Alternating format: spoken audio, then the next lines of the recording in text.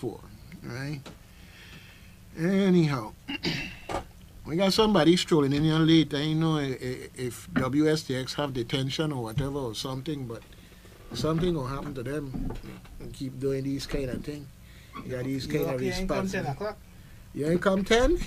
Let me check what time it is. Okay.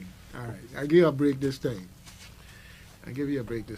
All right. So you've got your guy, Doug Canton, here. Sometimes serious, sometimes silly, sometimes something. But, hey, just being himself. And then we got Mr. Sharp guy in here. Mr. Want to do what you want to do. All of that? The random act man? Yeah. All right, well, hail up the community this morning. I'm sure they're glad to hear your voice. You sure? I would hope so. I need to take another day off. I don't know about all of that. I mean, you don't know about all that. I don't know about all of that, but another day off? No, man. No, Yeah, man. another Thursday. It got people suffering to hear your voice, brother. Don't be cruel. Well, jump with them in the line and don't be cruel. They got people who suffering to hear your voice, okay? Suffering? Okay? All right? That's right. What is suffering for? I don't know. It's something that you don't deliver, brother. Really? It's something that you don't deliver. But, brother, you know, the evidence is mounting against you, know. How's that? I hear that Social Security, Medicare, and all of them people, they're saying you ain't blind. Well, somebody needs to go check the doctor. Brother, what it is, man? What it is? What it is that these people just want to mess with you? Because of who in the White House? Mm-hmm. Well, I got an article that I'm going to share with you. I just didn't want to overwhelm you with it earlier. Mm. Okay, but I'm going to talk about it here a little bit because it's the system is rigged. Let me put it this way. The system is rigged. For instance, there's a program called Ticket to Work, folks. Ticket to Work basically is there for persons with a disability who can work and be productive in the community, and the challenge is, of course, pairing them with jobs within their scope of ability and the willingness of the employer to hire them and all this other good stuff, right? But they'll get more than lucky and have jobs that folks with a disability can be functional on a very high level in and be contributing to the community. Now, Ticket to Work is run out of Puerto Rico. Okay? And they come over here every once in a while. Okay? And I'm going to tell you my opinion. My opinion is that, like many federal funded things, Puerto Rico just seems to become a repository for where these funds and organizations are run out of. And so we get the benefit of the program to the extent that they reach out to the Virgin Islands. Now, they have an incentive to reach out to the Virgin Islands because statistics. In other words, if you're running a program called Ticket to Work and nobody is being signed up to work, after a while, then they're saying, well, okay, you aren't equipped to run this program, or maybe we should just shut down the program. So they have an incentive to reach out. But it has been an experience here by some people that they come here to St. Croix, but when St. Croix call in to get in touch with them to follow up, we can't get an answer. Now, that's just my impression based on the people that I have talked to and so forth and so on. I'm not here to slander anybody. I give them equal time to come and talk about the program and do more outreach in the Virgin Islands. Okay? But this thing with Ticket to Work now, let's just say you are successful as a person with a disability. Okay? Um, we have got okay.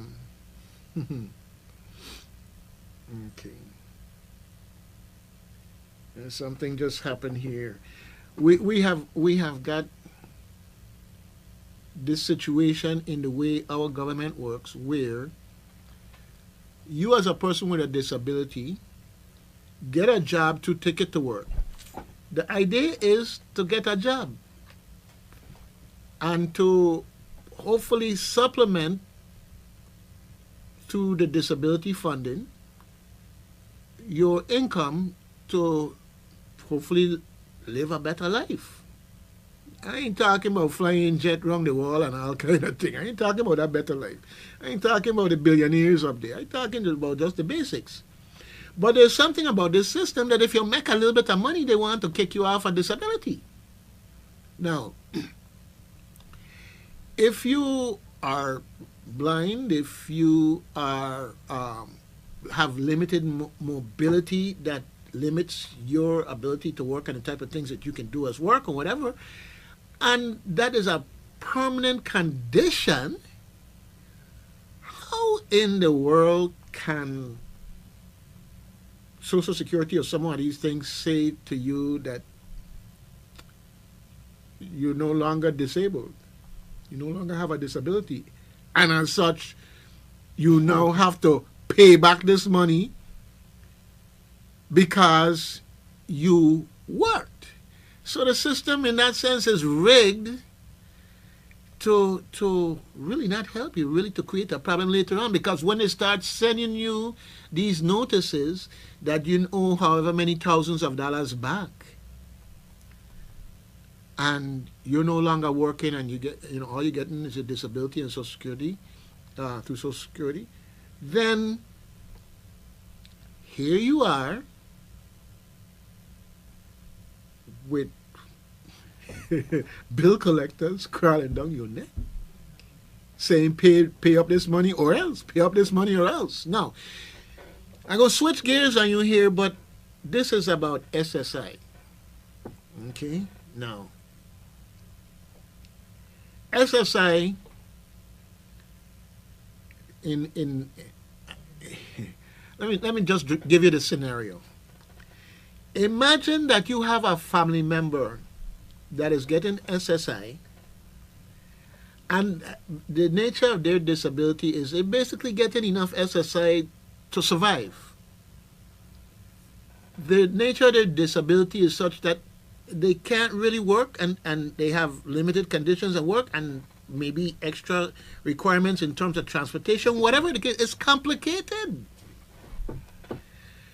So that person likely lives at home with family. So a child has a room that this member of their family lives in, and they take care of their family, and whatever income they have is supplemented by the income that the person gets for SSI, so that you can support the household. Now they want to turn around, and let's say you get $1,000 a month. The person, the disability, gets $1,000 a month toward their livelihood in disability. What the SSI program is now turning around and saying is that you have to pay for that room that you live in. And of course, the fair market value rental of a room in some places in the States, ain't exactly cheap to rent a room. And the senators in Washington could tell you about that. they renting a room in somebody's house and paying $30,000 a year, $40,000 a year for a room. Okay? But seriously, coming down to this, in essence, the system that is supposed to help as a safety net for our community is being turned against us. So if you want to make sure that the person in your family with a disability gets proper care, but you can't afford to put them in a home or some other type of professional environment you don't have the money for that, but you have a house and they could live there and it makes it convenient for your care of them and so forth and so on. But the system is saying now we are going to make a charge to you for that room that the person is staying in. So that $1,000 a month basically gone. So I look at this administration and I want to know if cruelty is their creed. Because it's not about taking away the health care, you're making SSI so it doesn't work for the people, you're driving up the cost of gas and then going to be against remote work. And I'm saying, like, wait, no. You want the greater community to suffer? That's what you're saying? Yeah, that's what he's saying. Oh, you hear them say that? They're saying it without words. That's it. I see the writing on the wall. Yeah. Well, I am watching because people have to come to their own conclusions. But you look at what's going on with this emergency alert, folks. The VIPD is seeking public assistance in locating a young man, 27 years old, and he is wanted for attempted murder. 5 feet 11, 130 pounds, with a brown complexion. He was last seen wearing a red shirt, short jeans, beach slippers, and a bandage wrapped around his right foot. He was last seen on St. Croix. The name of this young man is Mr. Keshawn Lewis, 27 years old, wanted for attempted murder. Okay? So that alert just came up here on the phone, and I read it out to you, to the public. Everybody's presumed innocent until proven guilty, but whatever evidence the police have, the police saying that this person is more than a person of interest, and you should be aware and do your community duty to ensure that the police receive the assistance they need in doing their job to protect and serve. All right? Good thing. So, coming back to what I was saying, Gerard, it's like cruelty is the creed. Yeah, you know what? I thought you knew that. You think so? Yeah. But anyway, let me give my proper good morning. Okay, go ahead. Good morning, good morning, good morning, and welcome to WSTX. You're listening to another episode of Reflections. The number to call is 340-773-0390 or 340-773-0490. Good morning, Big Sis. Good morning, Christian State, Mid-Island, Frederick State. Good morning, St. Thomas, St. John, Water Island. Good morning to my friends in Florida, my son in Florida, my daughter in Virginia, my friends in South Carolina, North Carolina, Texas. Oh, my boy. Listen, I got people all over this place. They say, we don't hear you, no. But we don't call in. So maybe you need to call in every now and then. And my friend over there in what they say she was in North Carolina, Miss Kimmery. Good morning to you. I don't know if you're listening, but you could call in. Call in and let us know how you're doing. Last time you called was to be the bearer of some bad news, but you're always welcome to call when you have something good to say. The number to call again is 340-773-0390 or 340-773-0490. And guess what? Somebody get paid today. And I know who. This time I know who. Who get paid today? I can't say. You can't say? I can't say. This time I know who. She probably sitting down there watching me and smiling. So, yeah, I can't say who it is. You can't say? No. Oh, my goodness. I won't get in trouble. It's one of them 15 and 30 people who get paid today? Yeah. Uh-huh. Anybody who get paid on the 15th and the 30th, Uh-huh. if you got somebody you know that you know lean on, you know, get treated to or by or whatever the case may be, just know they get paid today. Yeah. Uh-huh. You know. All right. So don't spend it all in one place. Hey, tell me about it. You know what I mean? Although sometimes you can't help it. Because sometimes one bill will take up the whole thing. Well, it'll be like that, right? Yes. It does be like that. It bees that way sometimes. Yeah. No, you know, these devices can be our friend, and sometimes they can be our enemy, and sometimes they can be a proper pain in the butt. You know, phones started off as such a great help. See, I got text here, they're smiling. Oh yeah? Oh my goodness. Yeah. KJ, morning. You still home? And they're tracking you now. They want to be listening to you and putting things in your text, and you ain't realize you send a text that you ain't send. All this kind of thing with some folks. It's something you get butt call, pocket call, front pocket call, all kind of thing. You know, yesterday I was paying for my lunch. So I was picking it up, not paying for it. So this lady from the main campus came down. She said she came to order some food. So she did, and she fumbling. So I was like, what are you fumbling for? She said, oh, I'm trying to find my card. I said, wait, you ain't got iPhone? She said, yeah. I said, well, she said, well, I don't want the wallet. I said, you need to stop it. I said, if you had the wallet, you won't have to be fumbling for your card. I said, once you add your card to wallet, when you come here, just tell them you want to pay with Apple Pay. Pull up the thing, scan your phone, and you don't pay. All right. You know, she's like, oh, well, it's my turn, them to do them thing. I said, listen, my office is across the street.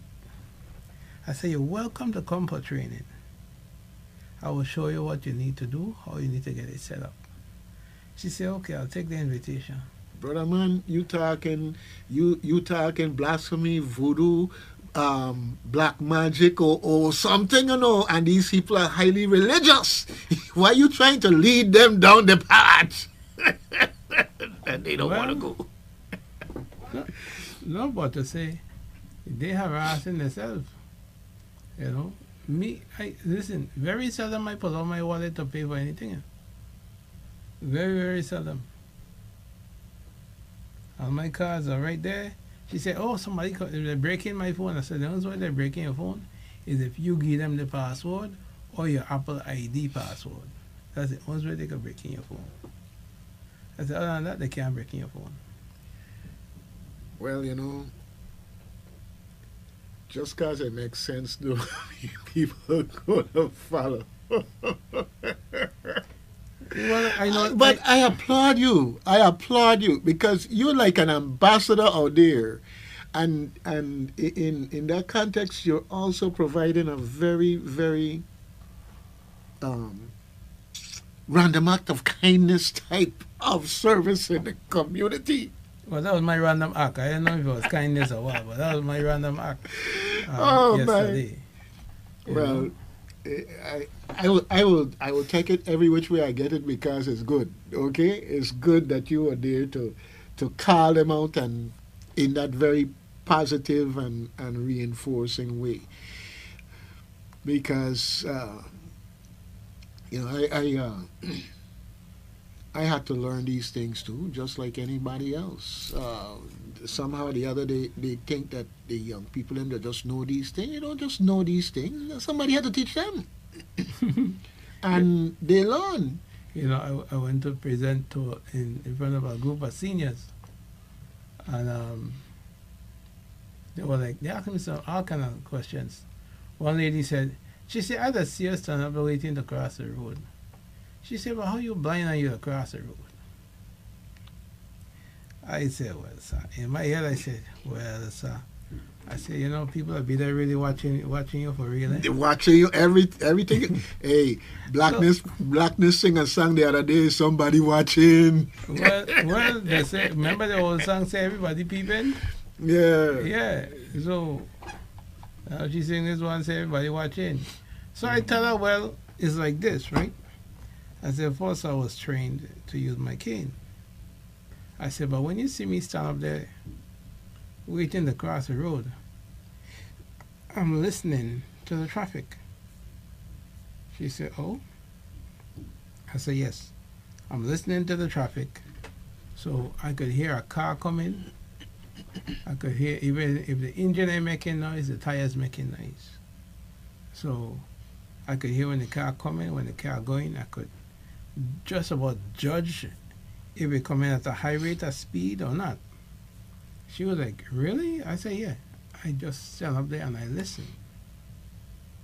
She was like, oh, wow. She said, all the time I see her stand up there, I said, this blind man crazy, bro. Gerard? But you know, just think, just yesterday, it was people walking down the street with earpiece in the ear and they talking. And people swear you're going off, you're going in, you're going someplace, but you're in. Yeah, because people used to catch me. I used to catch a lot of people with that too, especially when I would take the wire, stick it in my ear, and then run it through my shirt and got the phone in my pocket on my side. And they'd be like, you talking to me? I'm like, no, I'm on the phone. They're like, what? And then I point at the thing in my ear. And they go like, oh, okay. Yeah, I mean, it's a serious thing, but of course, over time now it becomes natural. Or now with the AirPods being white, so it stands out more. But before, the devices were usually gray, dark, something like that, yeah, you know? Black, yeah. But now they used to have the Motorola Bluetooth over the ear, headset. Here's somebody calling you there. See, you're Somebody getting calling me. advertising and you don't use phone and somebody calling you. So, and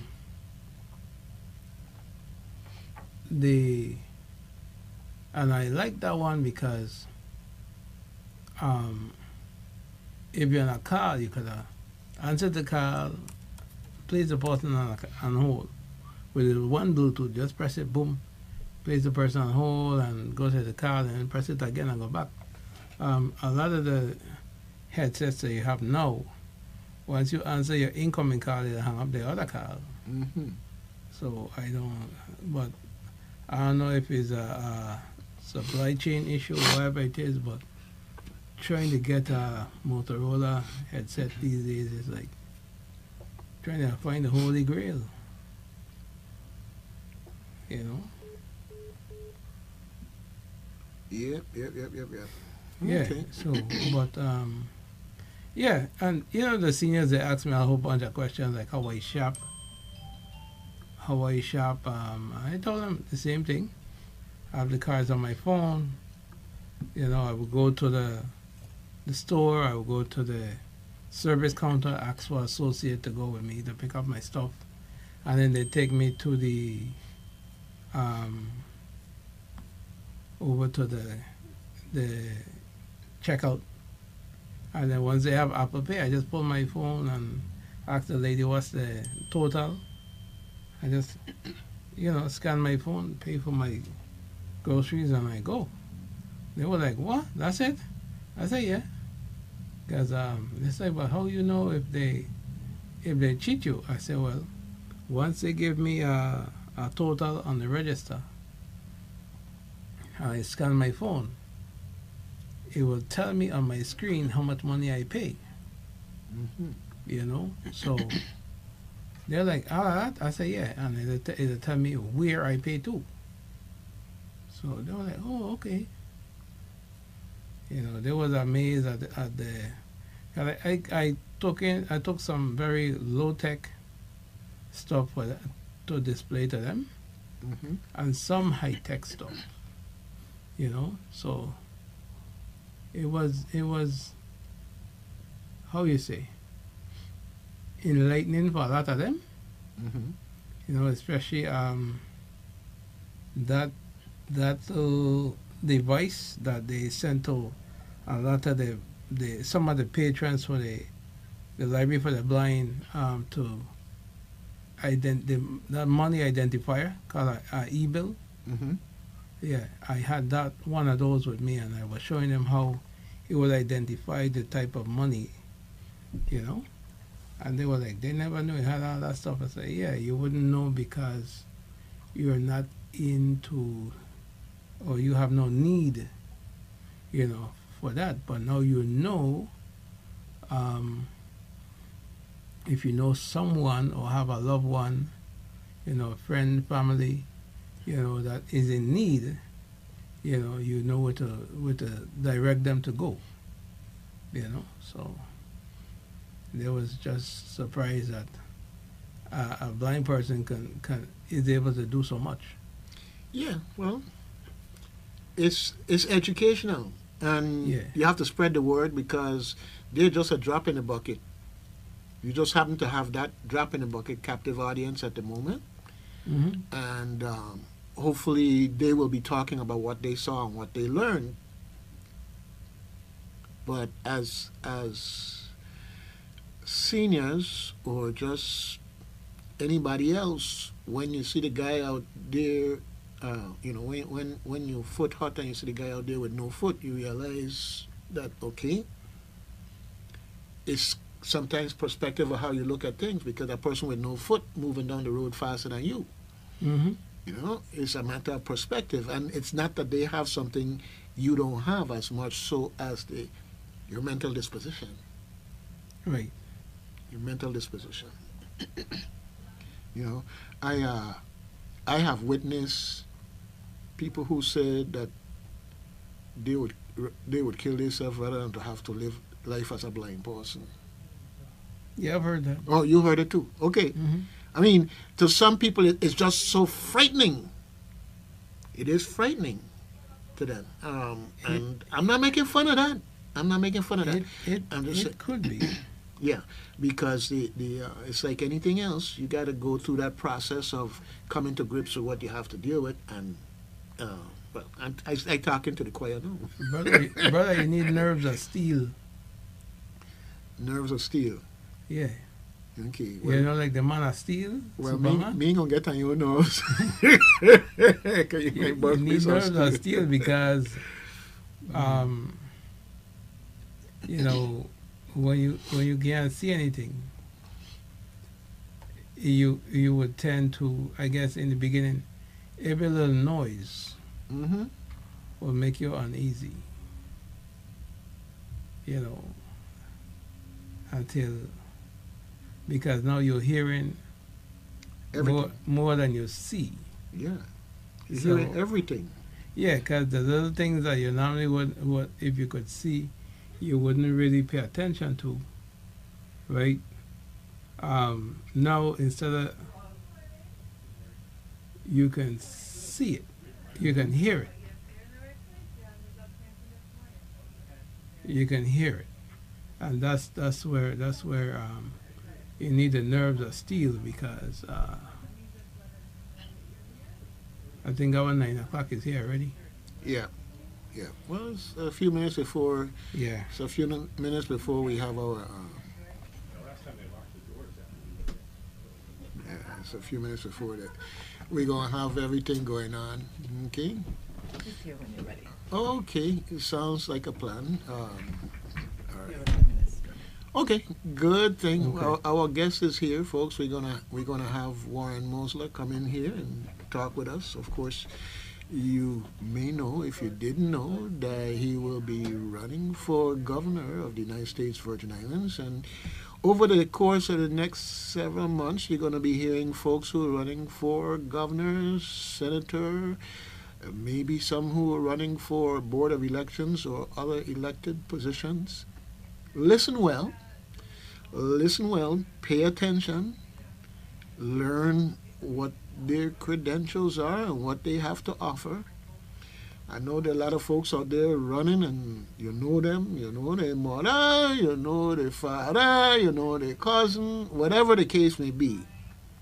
As far as I'm concerned, if that's your criteria for electing, that's your criteria. I'll just say that as a general proposition, if there's a job that you want done, then you might want to factor in the things that would contribute to them being successful in doing that job. Okay? All right. So, Gerard, Yes, sir. okay, I know that you got two children down there that are keeping you busy. Okay? You've been expanding your family. You have another life that people don't know about. One of them is a runaway child. A lock shop.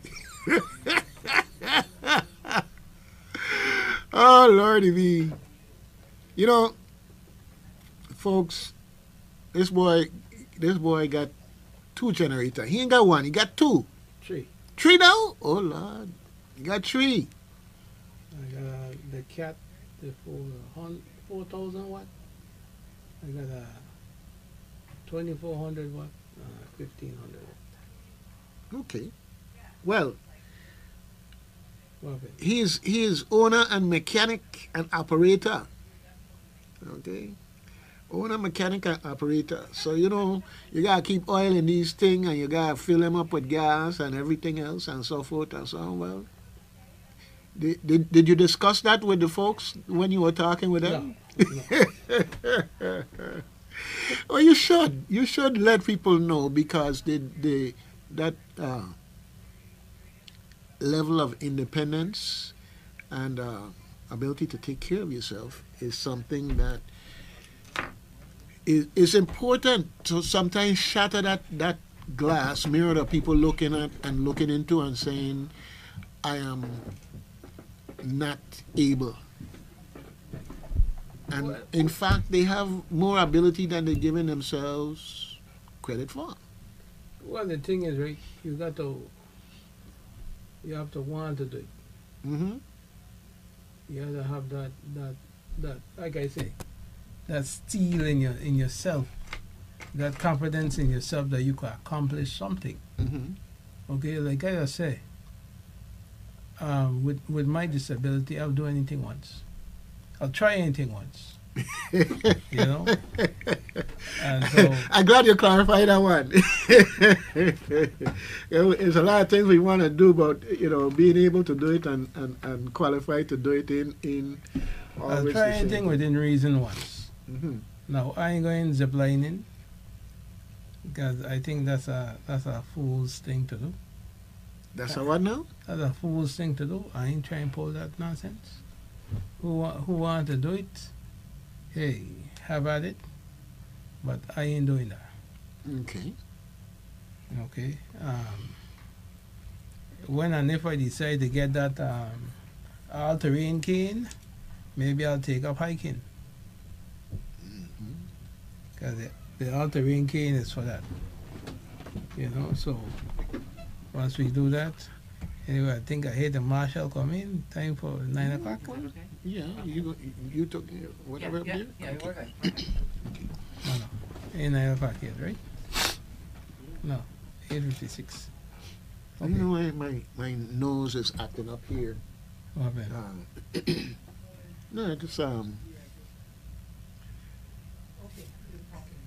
Don't worry. I didn't feel like I coming down with nothing. Just I guess I pick up some dust somewhere or something. But anyhow.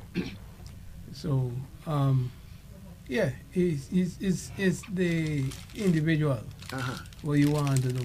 But the thing is, you have to get mobility trained first and foremost. Because after you have that mobility training, it helps build your confidence. And along with mobility training, I can say a bad word. You got to get counseling. Why you laugh? Because some people say, oh, me crazy, me need a counseling. But you got to get grief counseling for the loss of your vision. Yep. You know, it's just like if you get use a limb, a leg, a hand. You know, it's a loss. So you will need to get grief counseling. All right, huh? You know, and I would employ anyone who going through it or who have been through it and never got the counseling to go and get the counseling, because the services are here on island. Okay, and it helps. You know, so yeah. Not only a loss, it's a trauma. Yeah. You don't have to lose your sight. You could be diagnosed with cancer. Some people go off the deep end because of that. And I say that things that aren't going to kill you can be treated and all this other good stuff, but because there's a preconceived idea, I mean, there's a situation where a gentleman learned that he had prostate cancer and took his life. Because in his mind, his life was over. And we can't downplay or get caught up in the stereotypes of you gotta be crazy to get counseling. It ain't about that at all. Anyhow. That's what I say. I was going to say a bad word. Yeah, bad word. Counseling. Yeah, because people... I've had... counseling and can't. Why it is about these C words says bad word? I don't know, my son. Anyhow. Because I've had clients of mine that they were hallucinating. Right. And I told his family members he needs to get some counseling. Oh, yeah. They ain't got no crazy people in my family. Oh my goodness. Oh my goodness. So I was like, okay. I mean, here it is. Now you're at the mercy of a third party declaring that, okay. Anyhow, on a different note. So I said, okay. I was done with it. Well, I mean, you did your part. You did your part. Well, just for the community, I know since we out there streaming on Facebook and YouTube, and you see me here open my mouth and munch on something here. What it is a tart. I figure, well, if my nose acting up, maybe it's either smelling the tart or maybe the little bit of sugar in this little piece of tart here will make the difference. Anyhow, and it's made by Cedar's Poetry, SIEDAH''S, Cedar's Pastry. And I'm going to take the liberty because it tastes good to put the phone number out there, 340-626-9494.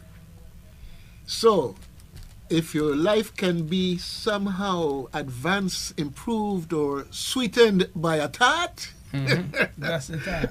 call Ciders at 340-626-9494. Okay?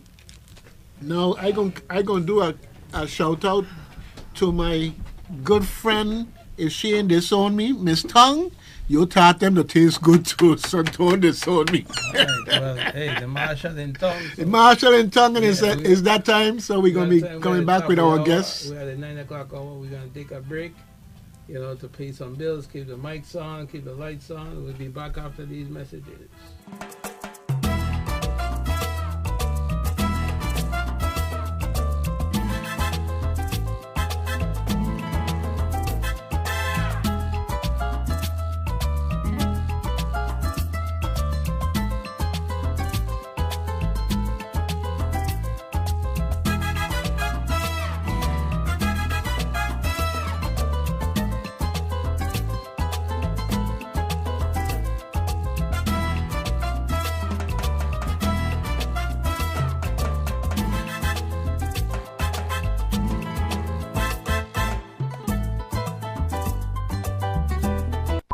Hear the news and share your views. AM 970, WSTX.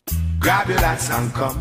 Jay's Landscaping. We do tree trimming, debris removal, small and large lot clearance, commercial and residential yard maintenance, all at reasonable rates. Call Jason for Jay's Landscaping. 473-8586. Estimates available. No job too big or too small.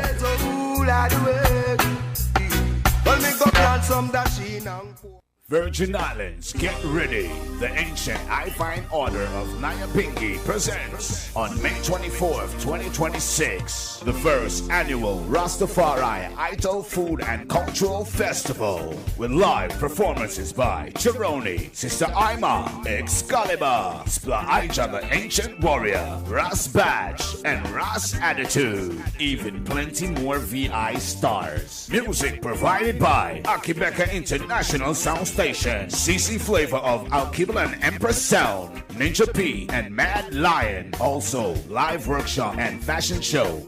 Produce, craft, and food vendors are welcome. General admission $5. Children 12 and under gets in free from 10 a.m. to 10 p.m. All taking place at the Agricultural Fairgrounds, St. Croix, USVI. Interested vendors call 340-423-7113. It's a can't miss event. It's a community event. Be there. AM 970, WSTX, Christiansted, Frederickstead, and the Virgin Islands. On your mark, get set, here we go, here we go, here we go. Let's go to the racetrack, the #1 gas station. Let's go to the racetrack, lowest prices on the island. Let's go to the racetrack, for drinks, hot dogs, or pizza. Let's go to the racetrack, we're open 24 hours. #1 convenience store, everything you want and more. Racetrack. Racetrack. We have the cheapest price on gas. Whatever you need, just ask. Racetrack. Racetrack. Racetrack gas station. Start your engine. Get ready. Everybody follow me to racetrack. Racetrack. Feeling hungry? Tank on empty. Don't worry, cause we going to racetrack. Racetrack. Racetrack gas station and convenience store, located on the 8th Street, right across from the Sugar Estate Post Office, with the lowest gas prices on the island. Racetrack gas station, we are #1. AM 970, WSTX.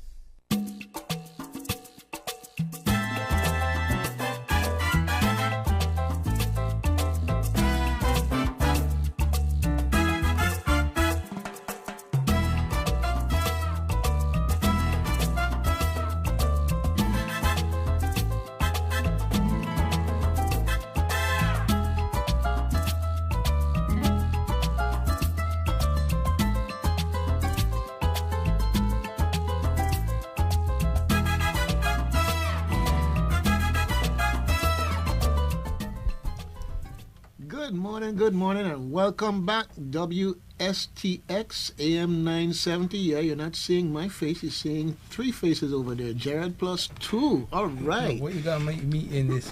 Because you in the mix, brother. You're always in the mix. All right. And I mean to keep you in the mix. All right.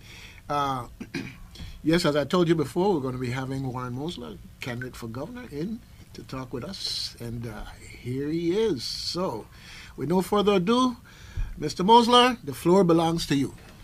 Okay, well, thank you. I'm Warren Mosler, Green Party candidate for governor.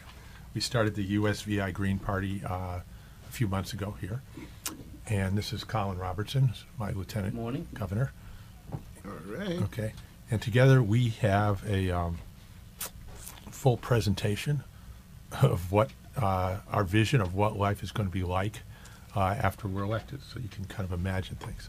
Now, I've been here since 2003, so I've been here for 23 years now. Yeah, 23 years.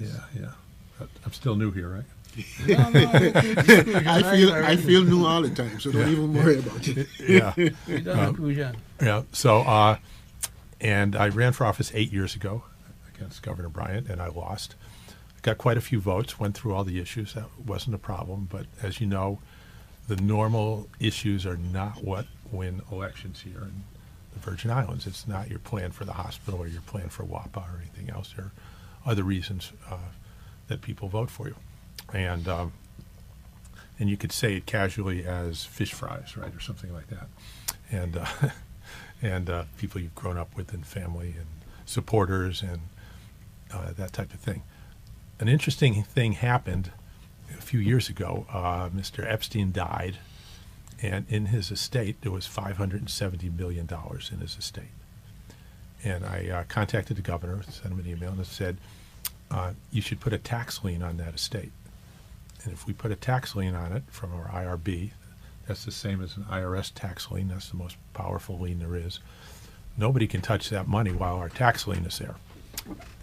And we would claim that he misrepresented his business, which he did, and therefore we're disallowing every benefit and every tax break we've given him for the last 20, 30 years, how long his companies have been here. And the whole $570 million would be ours. It would be general fund money. Very simple. And the governor wouldn't do it. And I didn't quite understand why, but I knew he wouldn't do it. And a few days later, I was talking to a friend of mine, and he told him the story. And he said, well, I know him pretty well. Let's talk to him again. And we talked to him again, and he still wouldn't do it.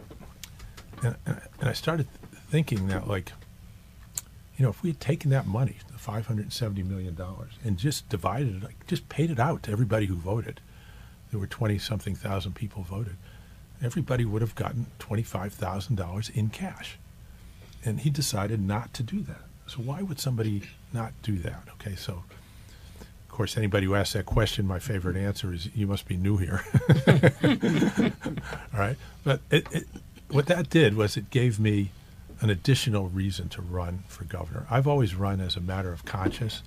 I feel I have solutions and answers and to our real problems that people like. And if I don't at least get those out and make a good faith effort, I can't sleep at night.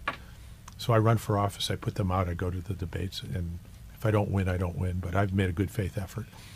And so now I have another issue. And 4 years ago, I decided not to run because I've already put everything out there. I knew it wasn't going to be enough to win, regardless of those normal issues. But now I had another issue.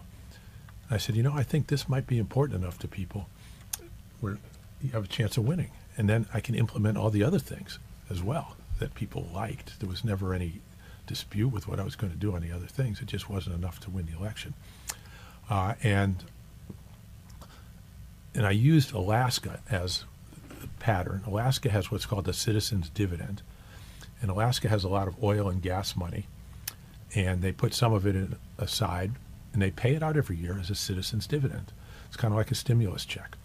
And they pay out $1,500, maybe $2,000 to all the adults in Alaska. So I pattern it after that, and I call it the Virgin Islands Citizens Dividend.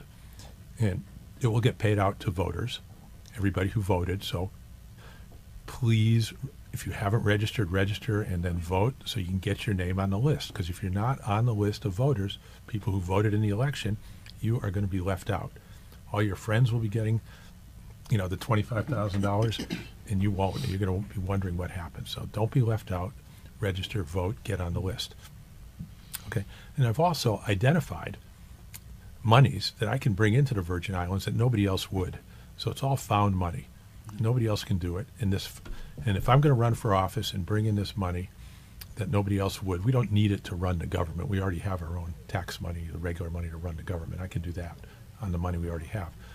I'm going to take this extra money, the bonus money, put it in a citizens dividend fund, and then immediately pay it out, you know, cash or check or whatever, by check, to everybody who voted. And so I was on my website. I've got it all specified, but I'll say it again. If people want to look it up, they can go back and look it up. I can refinance the government debt. When I refinance the government debt, it's going to result in a check from the new bondholders, and we will take out about $600 or $700 million right there. And I've showed the governor how to do this, and they just don't want to do it for whatever reason. They did it with the rum bonds. They got half of what they were supposed to. They wound up with $500 or $600 million and put most of it in the GERS. They could have gotten $1.2 billion, but you know they did it their own way. I can get the rest of that money plus more, another $600 or $700 million, pay it out to everyone who voted. If we had about the same number of people who voted, that would be $25,000, $30,000 per person, you know, check from the government as your share of the citizens' dividend. It's your citizens' dividend, okay? Additionally, I can bring in matching fund money that no one else has brought in. Because we get a lot of matching fund grants that require us to put maybe 10% of the money up front, and we don't do it because we don't have the money. Okay, I can show the banking system how to put that money up for us and then get it back when the money gets spent. So they have a risk-free loan, and they will gladly advance the matching fund money. And the reason is we keep our own income taxes here, unlike the states. And so when we, let me give you an example. If there's $100 million of matching fund money available for the hospital to train nurses, we can put a 20% withholding tax on that. So as we pay out the $100 million, we keep back $20 million. That money is twice what we need for the $10 million matching funds required by the government. So right now we have to put up $10 million, and we'll get 90 more from the federal government, but we don't do it because we don't have the $10 million. Well, what they're missing is if we put up $10 million for the matching funds, when we pay out the $90 million, plus the 10 we've already, we advance as matching funds, we get $20 million in income tax money. And that's double what we need for the matching funds. And a bank will take that whole package and do it for us. It's a risk-free loan. So I'm going to leave it at that. I've got, and you know how they say to a hammer, everything looks like a nail, right? And so I just saw a couple of days ago, Brian Loudon did a report on how one of our residents, Bill Irby, is suing J.P. Morgan and somebody else for $34 billion. And it's in the USVI Superior Court. And what I think of is all the legal funds they're going to pay on that, and any settlement they get, that's USVI source income. The taxes on that money gets paid in Washington, but it belongs to us if we claim it properly. Nobody else is doing that. Nobody else has done that for the last 50 years. I'm going to do it and go back. We have the court records.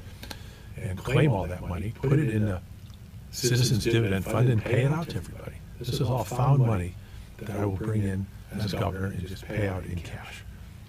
Okay. Now, do you have any questions about any of the other issues? Well, yeah, I like knowing more about you and your involvement in the community. I'm going to tell you from my perspective. I know of Warren Mosler, but I don't know him in the context of the community. And I know that at one point in time, I have this. I have this information. Right. I have this information. But I'm saying in terms of, I remember going to a function that King Derby had, and you were there, and so forth. So I know that you're involved in things in the community, and you're a down-to-earth guy. Whether it's cheeseburgers or down the road or wherever people bump into you, easy going, easy to talk to in that context. And, I'm sure that you've been involved in supporting some organizations, nonprofits or whatever, in the communities, that type of stuff. And so I say that what you may not see from your end is that you're in your bubble and you're aware of everything around you, but you have a greater community that's really interested in Warren Mosler, the person, and the neighbor in that context. So, if you have any comments along those lines in terms of some of the organizations that you've been involved with or that type of thing, just NGOs, that type of thing. If you have anything that you want to talk about, sometimes you don't want to say, because then other folks say, well, how come you support them? You didn't support us, whatever. So you don't really have to go down that road. But I'm just saying that a lot of folks hear of Warren Mosler. But the reality is you can't be among everybody all the time. So that's the only thing that now, one of the things that happens when you start sharing money is people start spending money, and the economy benefits in that context and so forth and so on. So anything that's going to be bringing in money is important. Meeting these matches, these federal matches, are very, very important, because right now we have this long line of projects, but it is very, very short line of money to match so we can move the project forward. At least that's the equation that I keep hearing about. We're not going to need that anymore. And I've explained this to the people there, and I really comes down to the same thing. I mean, do you think the people that got us into this are the ones who can get us out? Well, no, not so much the people, but the mechanism. So we get the mechanism is there that we can get these funds in to act as matches. Because right now, I've showed them how to do it. Mm-hmm. I've showed them in public debate. There was myself, the governor, and Governor Mapp and Fonzie. They were all on the same panel. You know? And I explained over and over again how to do this with matching funds, how to properly account for the medical sector of the hospital. And it just doesn't seem to. I wish they would do it so I didn't have to run. Well, I can relate to what I can relate to what you're talking about. Yeah. You know, and there is something to want to just be in the community and benefit as the community grows. You know, For years, we lost millions and millions of dollars in computers disappearing out of schools. Mm-hmm. Okay, and the reality is that if we had just a fraction of those millions in terms of a security system that basically monitored the school grounds, that anybody in the community could go to the internet and see what's happening on their school grounds. Yeah. Who would be prowling around saying they're going to try and take computers out? Right? It just makes sense. Right. But we come back to the traditional thinking. The traditional thinking is when you put in cameras, only a limited group of people should be able to see them. So put it on public TV. Put it on public TV. Who gonna go out there? I've been saying that for 20 years. People love watching us. You know, you put the cameras up at the intersections. Put them on public TV. All right, because people know. Okay, all right, I was there. And it changes the mindset of the people, and in the case of those who may be scofflaws or just those who are tempted at the moment, to think differently about things. So I kind of... How about something simple like concrete roads? You know, we've got a concrete road here in Yellow Bay. Well, through floods, and there's not a single pothole, right? I live on 37th New Street, just back this way, and it was a concrete road and it blasted. You get what you pay for between the type of materials and the engineering. Yeah.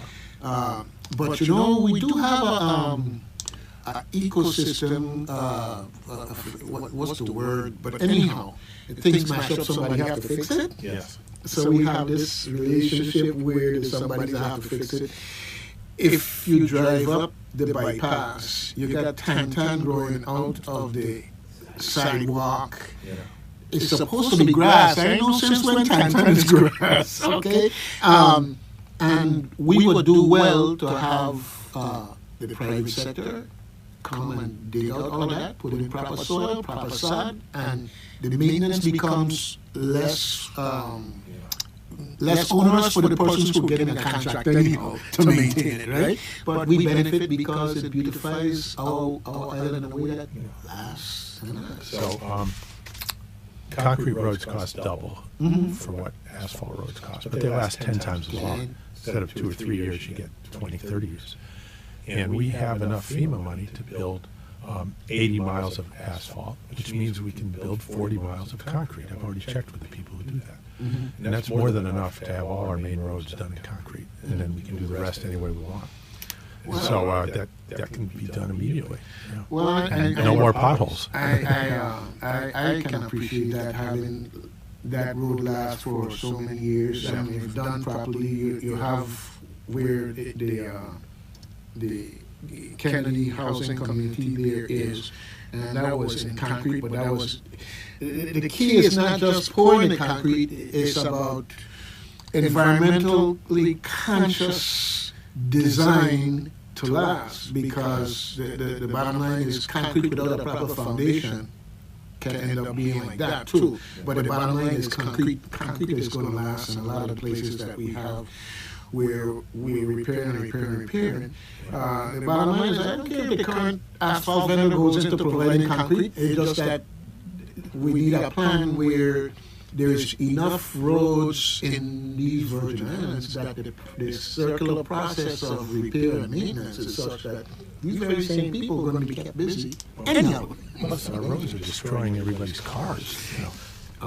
It's a serious problem there. So, my good friend Generic, who hang out with Dobby, he has a song called Potholes, and I will tell you yes, I will send you the video for it because that's an ongoing issue. Now, can we talk about the hospital a little bit, the medical? Mm-hmm. Most definitely. All right, so we have a fundamental problem, and Colin and I met with people from, very senior people in the hospital, from the board and senior officers. And they just weren't at all aware of this. We keep our own income taxes, okay? So let me give you an example. So if the hospital, the bill for labor is $100 million, we pay all the employees. We don't pay $100 million, we only pay 80, because $20 million comes back as income taxes. It's mostly withheld. But the hospital gets charged for 100, even though the government's only paying 80 on a net basis. And so the hospital is, just in that one item, shows a loss $20 million higher than the real loss. Because it didn't cost the government $100 million, it only cost them 80. And that's just standard public accounting for a government that keeps its own taxes. It's different if you don't. If we were in Florida and we paid $100 million, Florida paid $100 million, and they cost $100 million. They don't get that 20 back. It goes to Washington. But down here, we only pay the 80.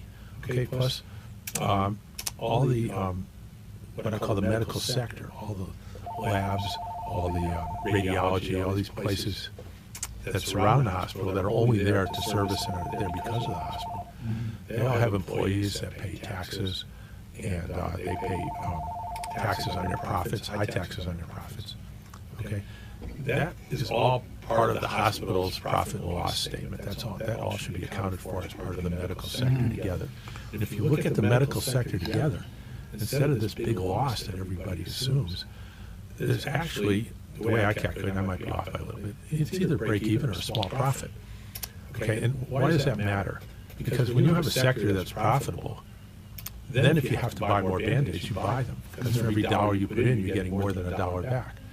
But if you have a sector that's losing money, you don't want to put more money in. You want to cut expenses and cut it back and make it worse. And what we've done is we've had a very profitable sector that we've turned into a losing sector because we didn't account for it properly. Okay, now the new hospital is a perfect example. That's being built to bring in all these revenue generators like radiology and labs into the hospital so that the hospital can keep the revenues instead of just being in the general community. Well, that's worse for the general community because the general community loses all the taxes on that. The government, the general fund, loses on that. The hospital gets a little more revenues, but it loses all the revenues they're generating through taxes from all these other places. And so they're doing it backwards. They're building a new hospital to bring in services when they should be building it to have more outside services that bring in money that way. And when I talked to the senior people, they completely agreed with me. But you know what they said? They said, "You're right, but we can't do anything about it because we're already started on this procedure, and we have to keep going down this path that makes the hospital worse instead of better." They know it's making it worse instead of better, and they have no ability to change course. Well, That's a quote from the senior leadership. Right. Well, let me just interject, so to speak, in the context of I think about ecosystems because there are different players involved and there are economic dependencies involved, and so they can't see any other way. And change means doing, and change here is fiercely resisted. Unlike the board said, resistance is futile. That's Star Trek. Okay, change is fiercely resisted, and we have an ecosystem here that keeps certain people happy, despite the fact that it's kind of like good intentions. The road two-wheeler, you know. So nothing changes, nothing improves. And I say nothing, I know that's a very broad statement, but across the board, and since we're talking about healthcare, you know, when my grandmother, God rest her soul, was alive, she was on dialysis, and she would go away to visit grandchildren and great grandchildren, all this other stuff. And before she left, a phone call be made, and all she had to do was show up, and she had services provided to her at a facility there, so her dialysis would continue. So all she did was get on a plane and go.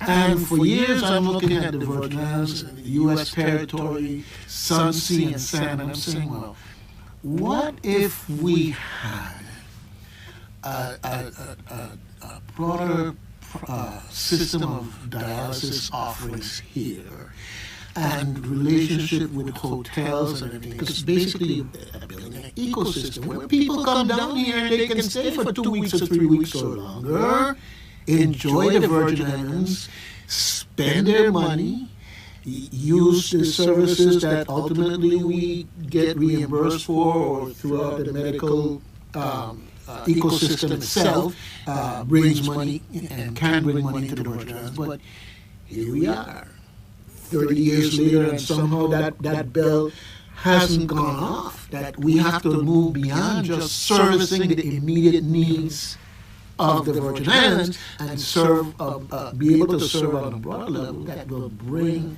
these people, that brings revenue. Look, we haven't been able to attract the high-quality stateside type of medical services like the Cleveland Clinic type of thing. And it's because we're not using our most powerful tools to attract them. Nobody understands what they are. And look, if you're interested in our health care and everything else here, none of the other candidates have it right. They have it backwards. They're all supporting programs that are going to make it continually worse until they turn around the accounting. So we can go to somebody like the Cleveland Clinic with an idea like yours and say to them, look, all your employees here are going to be paying income taxes to the USVI once they're here. That gives us monies that we can then use to support your infrastructure, lower your costs, make you more competitive with the other clinics around the world. Okay, that's a powerful incentive. No other state can do that.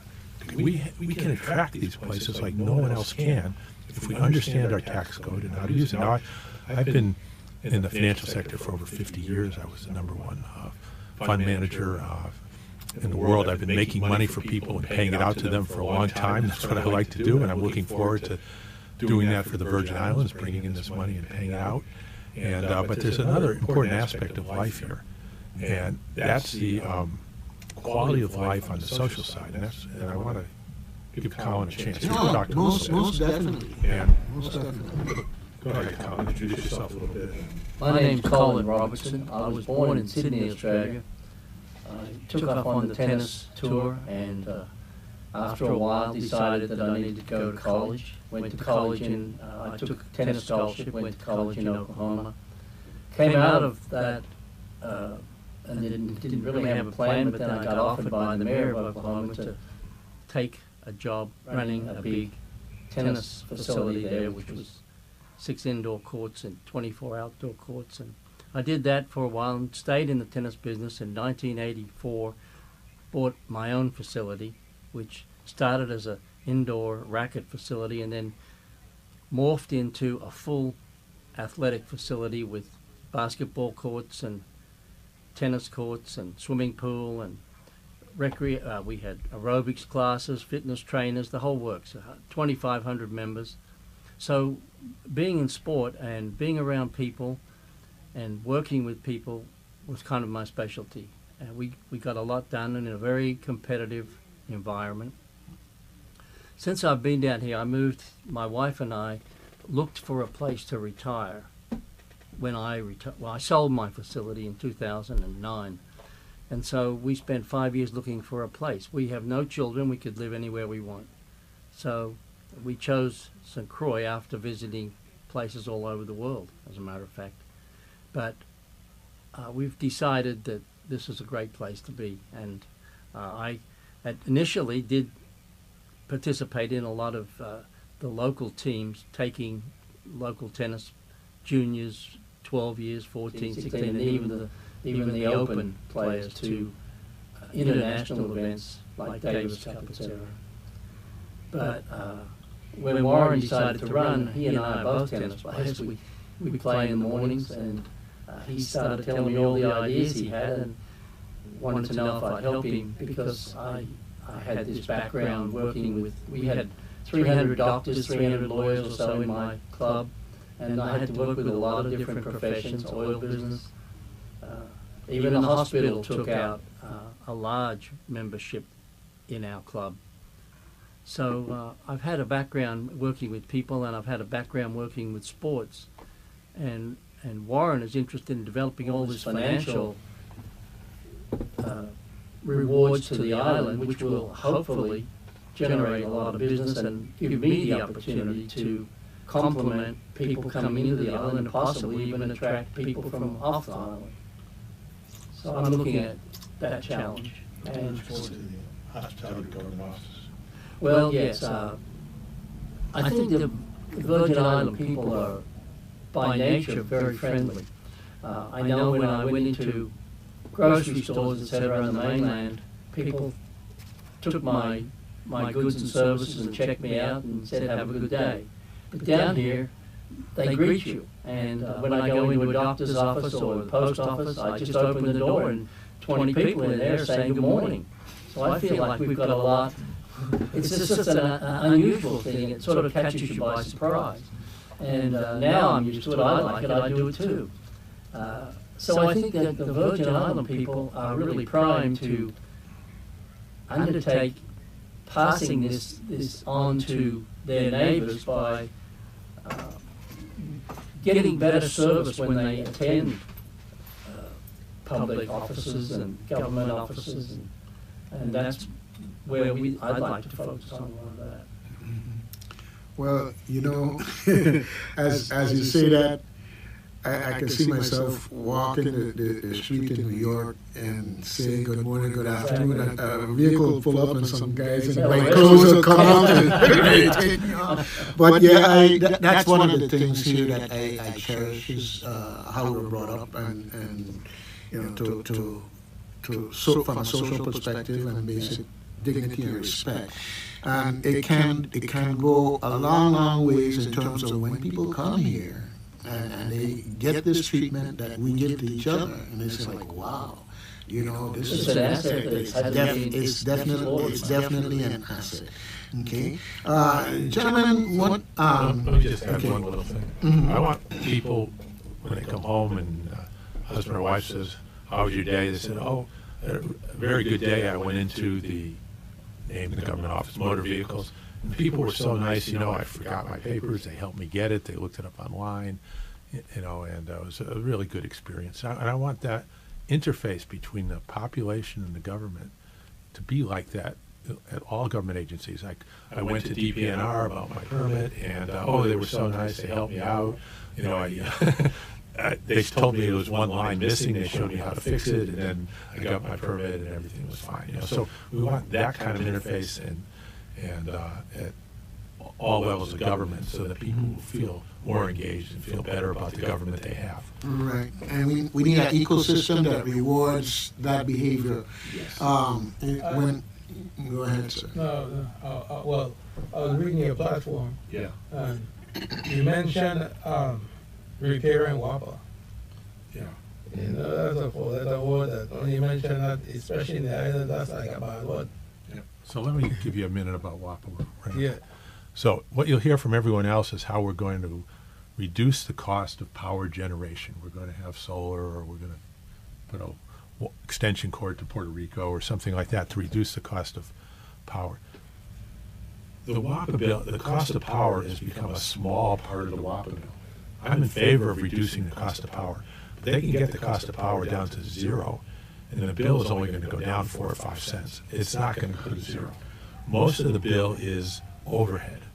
We spend $200 million a year, WAPA does, for line repairs and people, service people in the offices, and debt service, and interest, that type of thing. And it's divided up among the people who pay their bills. So the more power that they sell, that gets divided up among more people. So, for example, if everybody left the grid except you, do you know how much your bill would be? Mm-hmm. It'd be $200 million because you'd be the only one left to pay that bill. Okay, that's what's happening. WAPA's sales have been on the decline. Their market share is way down. People are leaving the grid, and they're encouraging it with their programs. And so as more and more people leave, the cost for the people still there goes up and up and up. Not the cost of generating the power, the cost of paying for all the overhead, all the people involved in servicing the whole grid, everything, the generators, all the equipment, everything else. It's being divided among fewer and fewer people. So number one, WAPA has to get their sales up. They need to sell more electricity, have more people buying kilowatt hours so that the cost for each person goes down. They have to spread that cost around. There's large money to be saved doing that. The other thing they can do is save money on interest, which I'll be able to do as part of my general refinancing. It's going to be a big number there. Okay, and so to help increase sales and spread it around, we've come up with a win-win suggestion, proposal, and that is we can import very inexpensive electric cars from China because we're outside of the customs zone. The electronics have to comply, but we've got a way to do that. And we can bring in cars, brand new cars, nice cars for $7,000 or $8,000 each. WAPA can finance them because it's not very much money, and you pay maybe $150 a month to have a brand new car.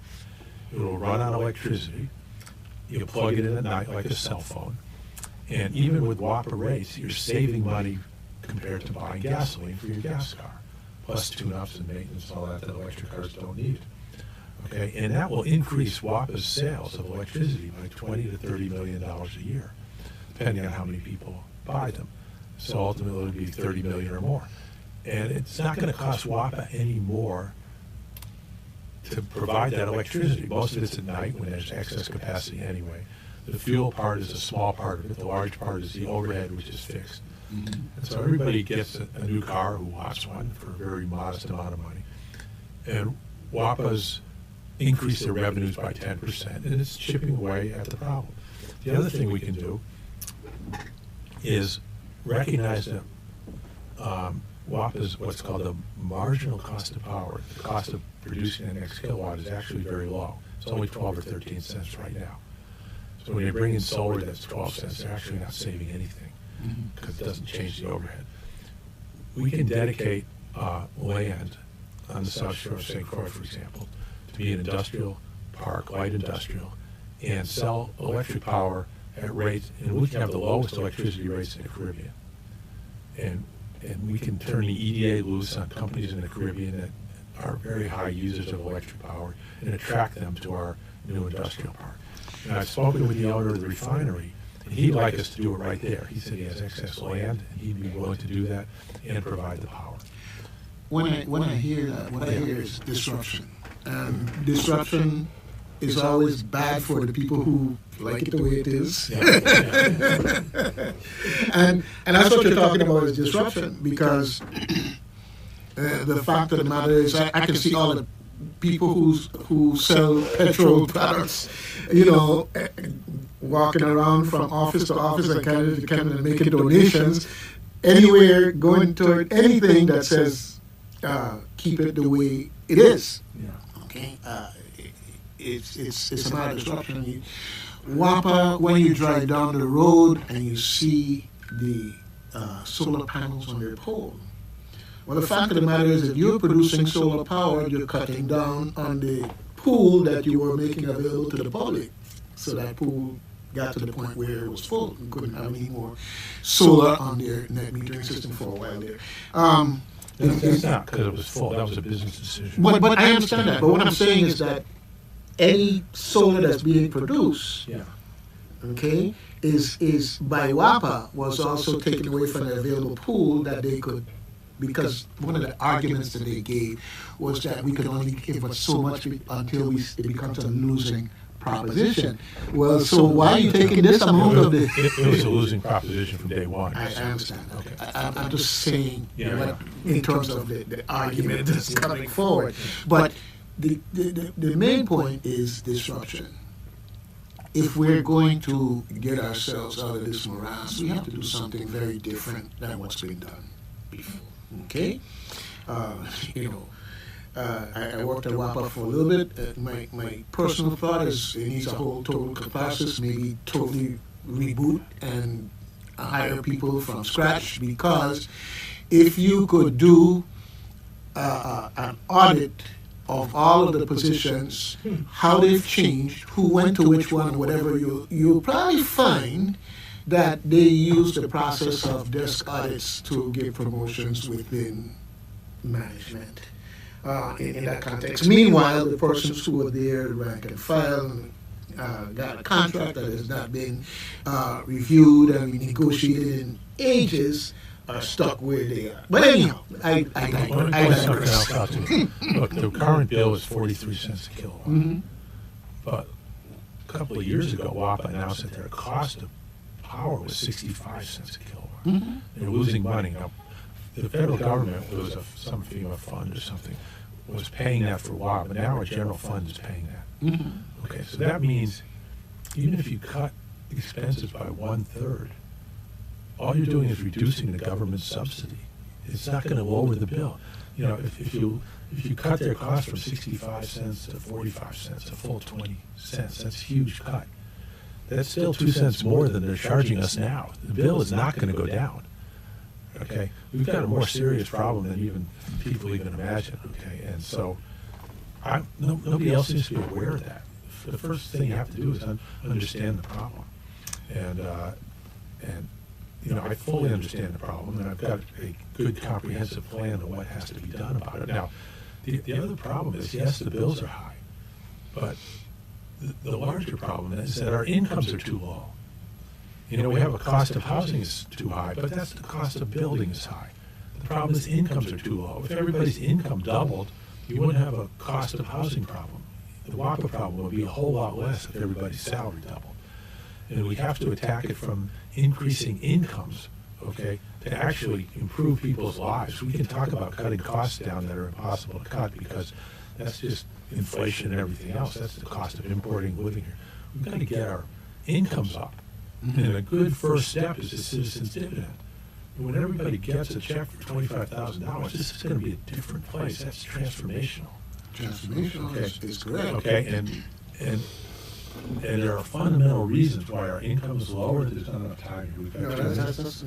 But I know them. I've addressed them with the New York Fed, and there are things that can be done so that we can get our incomes to the national average. We're only about 60% of national average for incomes, maybe 55. And it's because of a structural reason of how they operate the monetary system up north that they're not intentionally trying to penalize us. That can be addressed. But again, there are no other candidates that can do this. Look, I want to stress one important thing at the end here. The citizens' dividend is going to go to people who vote in the election. You cannot vote in the election if you don't register. So get out there and register. Get out there and vote. Now, we don't know who you voted for. Vote for anybody you want. Now, I'm going to tell you, vote green for the green. Vote Green Party to get the green, to get your dividend check, because we're the ones offering it. But most important, register, vote for somebody, get on the list so you don't get left out. I don't want people coming back saying, hey, how come everybody else got $25,000 and I did? That's not fair. Okay, we've got to get the word out there. Yeah, and pouring that kind of money into the economy it just makes sense in every respect. And so I see disruption. I see change. Change is fiercely resisted, and you got your work cut out for you in that context. And just the key is to break it down, because one of the things that you have as a challenge is you understand it. You understand financing, but you got to get that information down to the guy on the street who's going to be one of those people that go in and do the vote for somebody and be able to say, well, you know, I'm going to pass on the fish fry this time and I'm going to vote for my pocket. Okay? Because the fish fry and the high and the back slapping and all this other good stuff was fine, but when I look at the history, nothing's changed. Time to do something different. It's not just you that has to register. Get your friends out there, the people you know to register. They're all sitting on the couch. It's not like they didn't vote just for me. They didn't vote for anybody. Well, we have more people not voting than voting. But but the key is to understand why, and we'll come to you in a second. The key is to understand why they're not voting. Yeah. And in a way they've become very discouraged. Yeah. So you're and every other person who's running out there, one of your biggest goals is to how to get discouraged people into being encouraged people to get out there and go vote. Anytime somebody says, "Oh, I ain't voting this year," I say, "Well, if it was 4 out of 10 voting before, and now you got, 3 people deciding what every going out, so that's not a winning proposition." But Jared, go ahead. Tell us a little bit about the non-stop flights to New York. Yeah. Because I know you can go to St. Thomas and get that. Yes. So you're going to bring that over to St. Croix? Yes. Okay, so I tried, and I went to the governor, and he sent me to Mr. Schulke, who was tourism. And what does it take for nonstop flights? Because back when St. Croix had nonstop flights before Hugo, it was a very different economy. We had Boston and New York. So the idea is you bring those back, and we're going to be on the road to, recovery, as a territory. And he talked to the airlines, and what they wanted us to do was guarantee seats, and so that they knew they weren't going to fly empty, and so they weren't going to lose money. So I said, well, okay, I will guarantee the seats personally if you go ahead and do this. And he wouldn't do it. Even with me guaranteeing the seats personally, the airline said they would do it, he wouldn't do it. Okay, now, I'm not going to go into why, but I know a friend of mine, Barry Armstrong, who was worked with the airlines and the contacts. He told me the same thing. They would do it if we guaranteed seats. I said to do it personally. And in fact, he came back to me, and I have the email saying that you're going to have to. What you need to do is start your own charter flights, and not, rather than have us guarantee seats. So I can't do that. Yeah. So I've talked to Barry. I said, Barry, can we guarantee these seats and get these? He says, day one. He says, we will get nonstop direct flights. And it's going to happen because it's just a simple matter. It's 10% of the tourism budget. Well, the same way we reach out for people to come to the Virgin Islands for anything else. The bottom line is the planes are getting smaller and they're full all the time. And so you have to travel for health reasons. You have to travel to go to the new baby in your family. You want to be with your loved ones and so forth and so on. And you there struggling with higher prices because the smaller planes and packed to the gill every time. And before we had the war, long lines, okay, and let me, Anyway, I know that on day one, there will be nonstop flights to New York and Boston. All right, well, Kyle, you want to do a quote? yeah. And another question. We to that time now, so to speak, but go ahead and get one in quick. I just want to get one. Yeah, I'm giving it to you. I don't know if you're aware, but persons with disabilities on the island of St. Croix that uses a wheelchair cannot travel to St. Thomas because there's no accessible flights. Were you aware of that? I hadn't thought about it, but now that you mention it, sure, those planes can't handle that. They can't handle. They're only the 10-passenger planes. They can't. Yeah, before Seaborn had a plane that they could use a wheelchair. Yeah. But since the Seaborn up at the airport, but since that's no longer flying, so now we have a ADA coordinator in office right now that can't even come to St. Croix because he's in a wheelchair. That's true. And he can't come over because there's no accessible flights for him. And that also means that people from St. Croix who might need to get their health care in St. Thomas because of specific services that they may get have a obstacle to getting. Yeah. Anyhow, I really enjoyed the conversation, and I like hearing about disruption because there's too much going on. That's been going on, and too many people say, "Oh, ain't nothing going to change." I ain't in that with them. I am not in. They're pushing a goalpost down the road. But very often they do. Unfortunately, very often that's exactly what they do. I mean, remember just the other day we were going to get propane, and propane was going to bring this 30% and all this other stuff and whatever. Well, we have what we have. But the bottom line is we're tired of all of these promises, and it's time to disrupt what was there and just get away from this thing and nothing going to change. Are you familiar with the term creative destruction? No, I'm not familiar with that term. That's something they use in the study of economics, Okay. where you're always creating new things and destroying the old things. The old things get destroyed. We go from horse and buggy to cars. But you know, they They came call here. it creative destruction. They came here and studied it from a different perspective. You know, we always building new things and never maintaining what we already have. That's another thing. Anyhow, part of creative destruction. Yeah. Anyhow, so hopefully in the future we'll have a chance to extend this conversation to other areas also, and I wish you the best in the campaign. You've got your work cut out for you, just like everybody else out there, because you've got folks that are discouraged and need to be encouraged, and they have to persuade themselves. So it's up to you guys to give them the fodder to be able to kindle that little fire and grow it into a blaze to say, hey, we've got to do something different than keep going down the same path.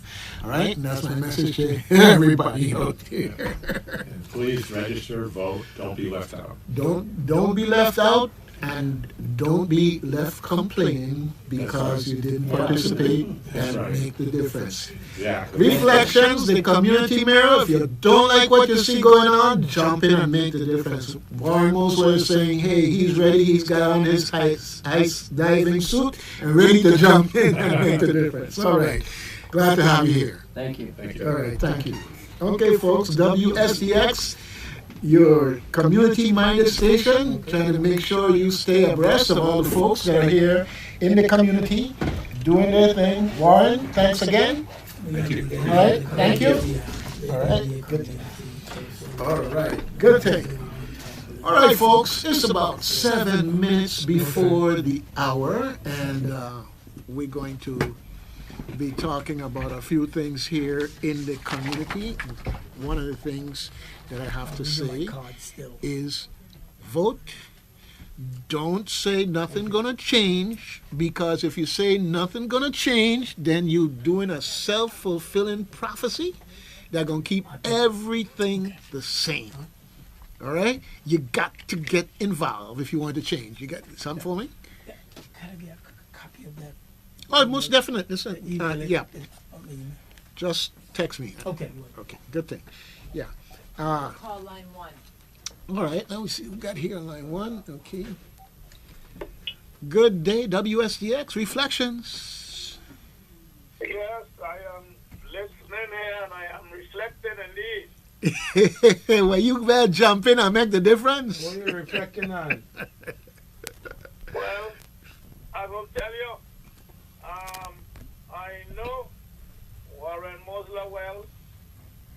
I know of his abilities, and I had, as a former Whopper employee myself, and had some dealings with Warren through attorney Victor O. Fraser,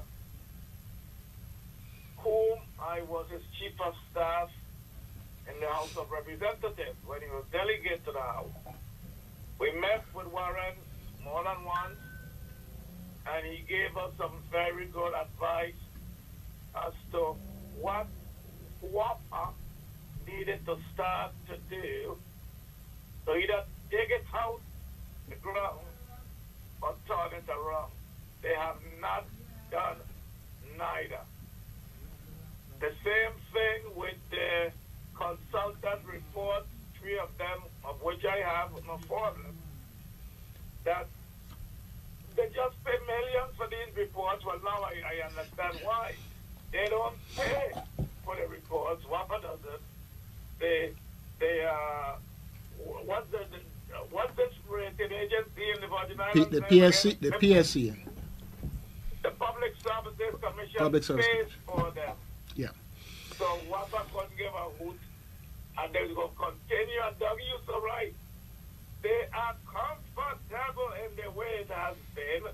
It has been feathering a lot of people's nest. However, it is becoming more and more frustrating to employees that know this wrong. And I talk to them regularly. They know it's driving them crazy to see the foolishness that's continuing from year to year to eon to eon. But the people could make that change. The people have to decide who is going to hold positions and how qualified they are or not. And the qualification doesn't begin with a D after your name, nor DD, Dominant Democrat. People wake up. That's all I could say. You got anything to say? Yeah, I always have something to say. You know, my thing is I have to track the fact that I have so much to say, Gerard. I tell you, you go and put all the duct tape. Yeah. but seriously, That's my no. assistive technology for him. Yes, but no, it you know, it's about disruption. There's a system in place. There are people who are financially vested in it being the way it is. Okay, all the way to from the management who getting their special treatment to get their raise, while the rank and file that is suffering.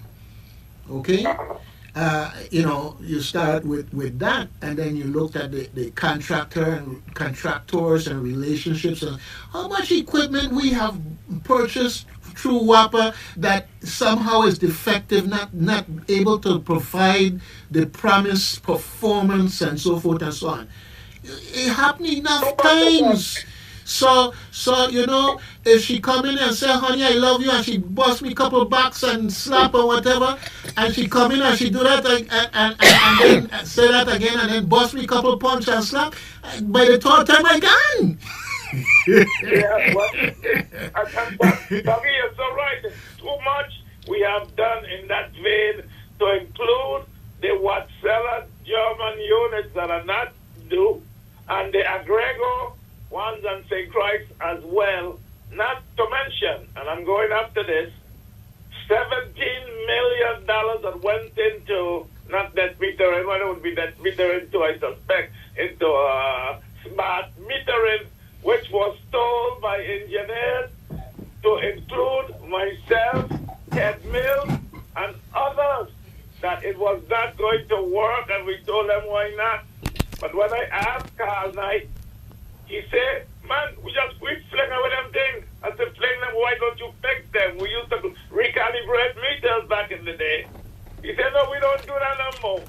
But yet, he turned around and put in another 32 million into the same company that would wake them before. So Yeah. That's what we got. Well, it is what it is. Okay, the bottom line is we've seen it happen over and over. All right? And it's one of those things. So, anyhow, I hope that you're doing your random acts of kindness up there, make up for those that Gerard didn't do.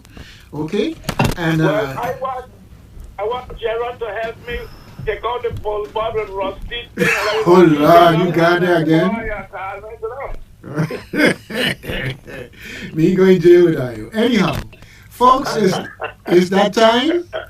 And me, my co-host Gerard, and my other co-host from Florida wish you well, and hopefully next Thursday all of us will be back here again. I just want to remind you that VIU said is going to be in the house, whether in-house or remotely, and we're going to be talking with them about the great things that they do in the community. All right?